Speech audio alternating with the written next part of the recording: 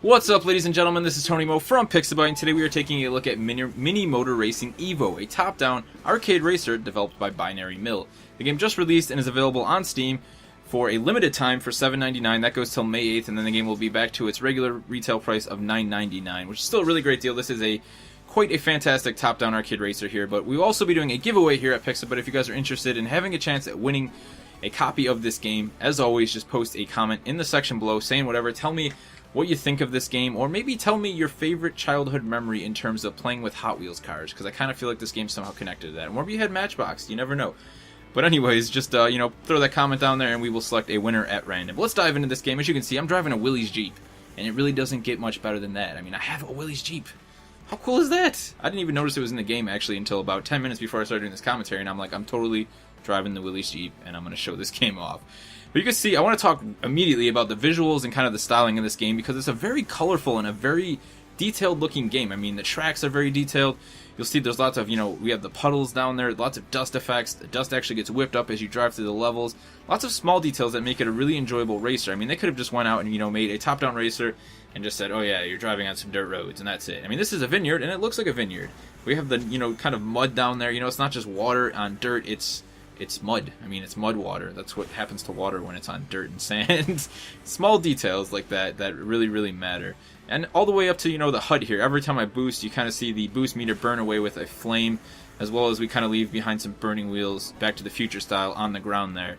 Small details like that make this game a real joy to play. Now, you'll notice I am going a bit slow. It's kind of the pacing of this game. Now, I don't actually have this vehicle upgraded all the way, but the game it's a casual racer. It's supposed to be the racer for everybody, but that doesn't mean that hardcore racing fans can't really dig into it. I myself, I still lost there anyway, so I don't know what I'm talking about saying the game's casual, but I myself am a really big fan of games like Forza and, Gran Turismo. I've always played games like that, and I've found a really big interest in this game. It's really fun trying to nail the right racing line and things like that. But let's hop into the championship. I want to show you guys something really cool about this game.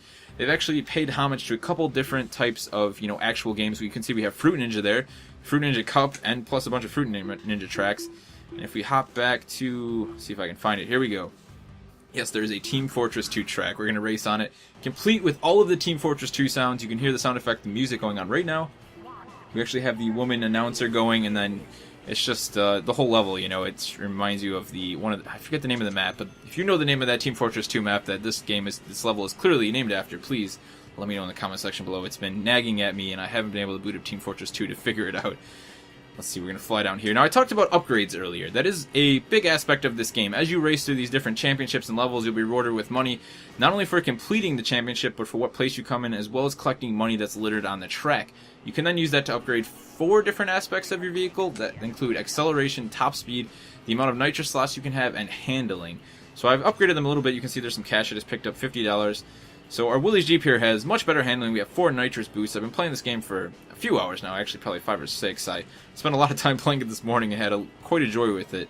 Now, the Willys Jeep here is only one of many vehicles. Pretty much any vehicle that you remember loving or obsessing over as a child, including a school bus and a Santa's sleigh, basically, as well as supercars, muscle cars, cop cars. Pretty much everything you can think of, this game has, and none of the vehicles really have, aren't better than the other. They're all balanced differently, so they all have different stats. The muscle car has a ton of acceleration. The Willys Jeep here is very good for handling. They mix and match, so you can pretty much pick whatever vehicle you want and just, drive it to your heart's content and upgrade it and keep on playing with it. We're going to hop into another gaming-inspired level here. We have the Portal 2 map, which is, it's themed like Portal 2. You'll hear the voicing of GLaDOS at times, and as we go through here, you'll see a teleport at one point that actually cuts through the level, so it's rather quite neat. You can see as we drive too, really small detail, but it actually leaves tire marks on the track. So on some of the circuits, when you're racing over and over, you'll get to some of the tracks later on where there'll actually be 7 or 8 laps, and you'll actually see, some tire marks starting to get laid down in the corners. It's a small detail, but again, it really adds to the experience. We could pick up nitrous sometimes. They'll spawn on the track as well. I don't really need that one. More money. Let's fly through here. Now, in terms of controller support, it actually supports the Xbox 360 controller 100%. There was GLaDOS. Well, that was actually one of the turrets saying hello, not GLaDOS. Let's boost through here. Oh. And it works very well. Left stick to to control our vehicle, A to boost, and right trigger to give it some throttle, and left trigger to brake. Now, there's two different control settings the game offers. It is a top-down racer, so they give you kind of the RC setting. First place, yes, which is left and right is always left and right. So if you've driven an RC car in real life, you know how that works, and you'll feel comfortable with that. But they also have, if you're more of a directional person, you like pushing the direction that the vehicle is facing, you can do that as well. You know, they pretty much got every control scheme you could possibly think of.